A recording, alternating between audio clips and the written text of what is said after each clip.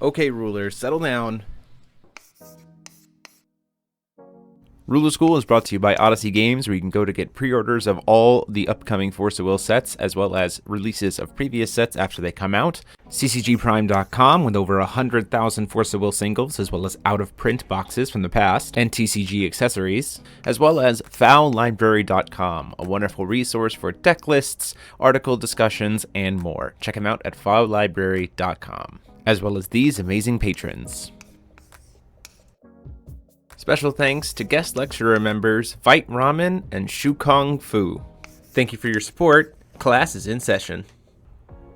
Hey there, rulers, DMO73 here, bringing you our exclusive spoilers for Game of Gods Reloaded. Just as a reminder, Odyssey Games does have pre-orders for Game of Gods Reloaded currently up and available. You can check it out in the link in the description. So as you get ready for all these awesome cards, you know that the product will get into your hands. So check it out, and let's jump in.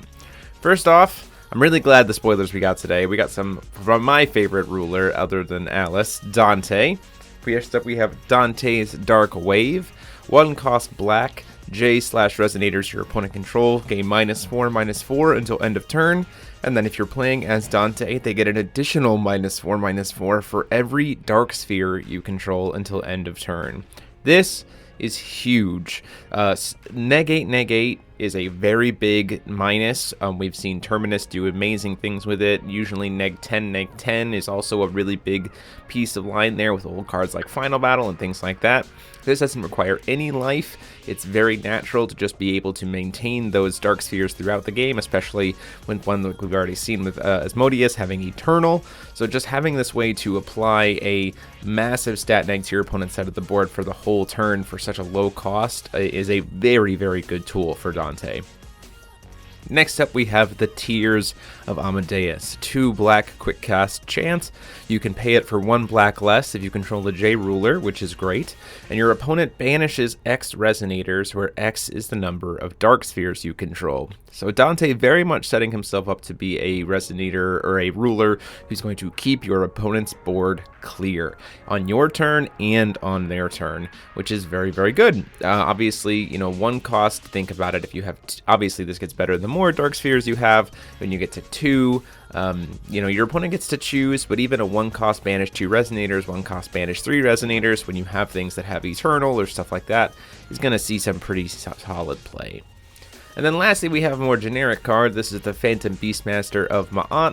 2 white quick cast 6/7 resonator wizard that you can pay 1 white less to play it if you control a J ruler, so it's for anyone.